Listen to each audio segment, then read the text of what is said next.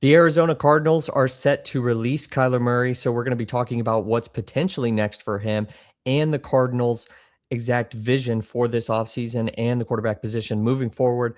First off, Matthew, what were the Cardinals doing here? I mean, with the new head coach, the new regimes coming, I feel like it was about time to get rid of Kyler. He just did not really pan out for them. And, it makes sense looking at it as a whole. Uh, they're about to restart their whole, situation they got going on. Uh, I've always liked Kyler Murray, so it is a little sad to see he never like panned out and that he, failed Arizona in a sense. But part of me always wonders, big baseball guy, what would have happened? What would have happened if he went to the A's? Yeah, the Oakland A's GM just throwing it out there. I do think it is disappointing that this is how it ends for him in Arizona. He was good in Yeah, 2024. yeah, Last year, obviously, he was injured and they were behind Jacoby Brissett and they didn't win very many games. They were competitive, but certainly not where you want to be. In 2024, he had 3,800 yards, 21 touchdowns, 11 interceptions, two-time Pro Bowler.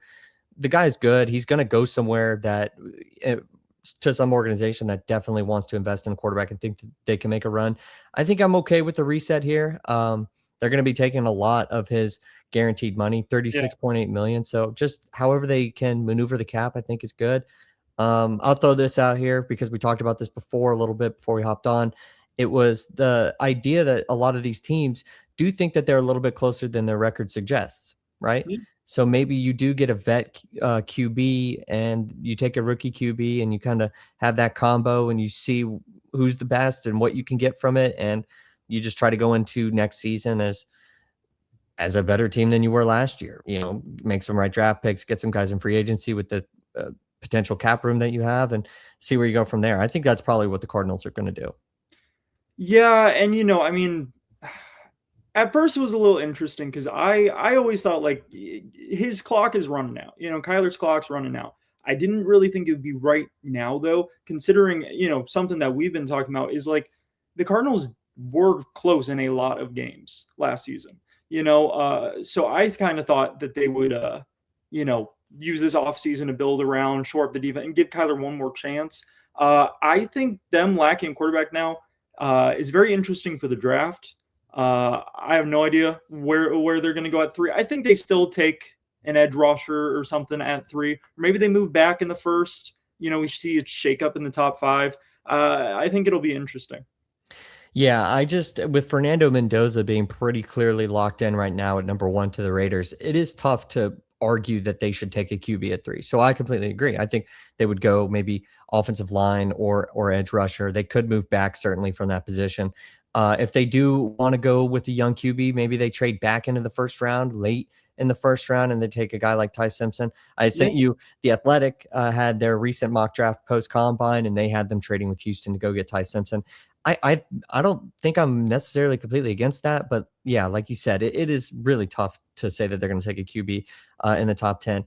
One of the biggest names out in free agency potentially would be Malik Willis. Maybe you Yeah. get a vet QB like that and you see what you have in him and you take a QB in the second or third round if it makes more sense as far as like draft position and draft value wise. But let's talk about where exactly he could potentially go, Yeah. right? There's a lot of teams that could look for a QB in this offseason. And give me a team you think is best suited to go after Kyler Murray. Well, I feel like we have a lot of the same, but just a couple off the top of my head. I think easiest fit when you're looking at everything would be, like the Steelers, the Jets, Dolphins.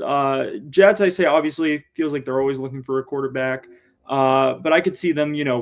I feel like obviously this year is such a bad year for quarterbacks in the draft. So having Kyler for a year just to see if it pans out and then needing your quarter, like I'm fine wasting a year to find a franchise guy.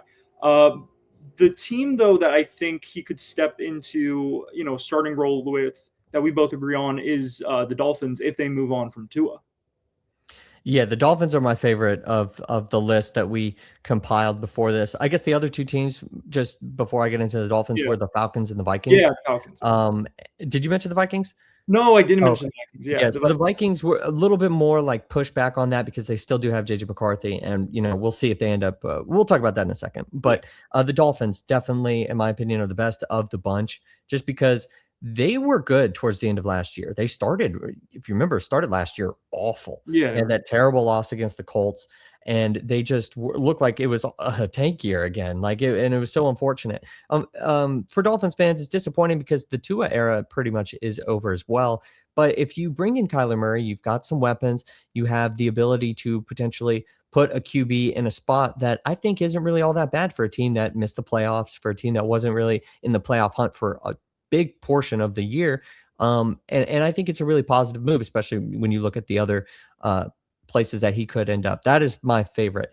If we go to if we talk about like these other teams too, it would be potentially more of a rental for them. Mhm. I just don't really know how much I see the Vikings because, man, they have already invested in JJ McCarthy. They pushed Sam Darnold out of the door, and it's just like if you then bring in Kyler Murray, I just can't possibly see that lasting for more than a year or two. And then Yeah. if it does, well, then you're definitely wrong on JJ McCarthy. And if you're right on a quarterback, no matter how it happens, I think they're fine with that for sure. But that is a tough break for a team and an organization that's really invested in JJ McCarthy. Yeah, and that's why I just can't buy Kyler going to him because I still personally I feel like Kyler Murray is still a starting NFL quarterback somewhere. And I just you trade your whole future with Sam Darnold for a future with JJ McCarthy.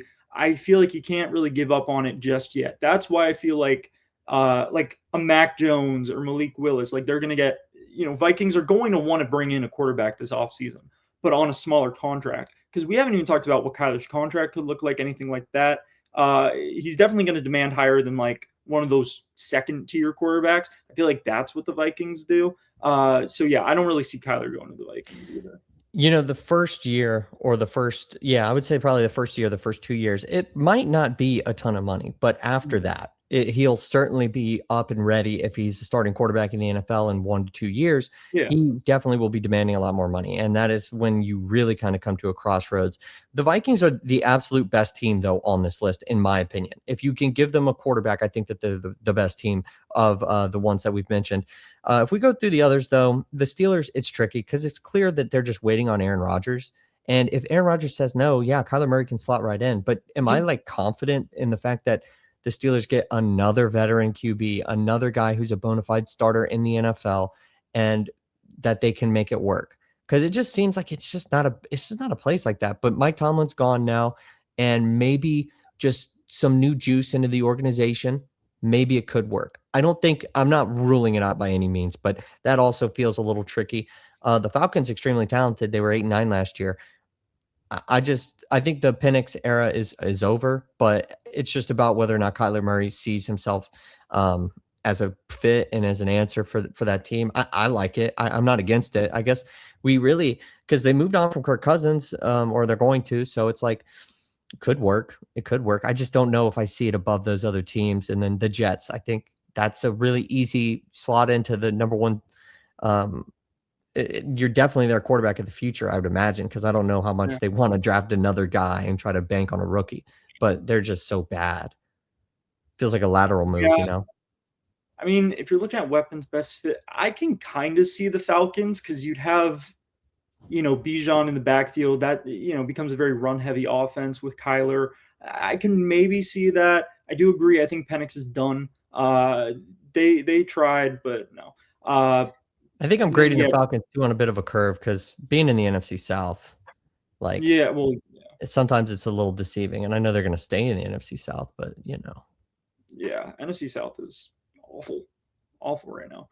But well, could be on the come up. definitely could Chuck, be. I mean, Kyle I'm Chuck. just saying. I think the Saints are going to get better. The Bucks are going to be better than they were last year. It's just one of Mhm. those things that just feel like needs to be mentioned. Like the Falcons are good. They were 8-9 last year, but like in the NFC South, it's just tricky because that division is going to get better eventually. And obviously the Panthers, who did make the Yeah. playoffs.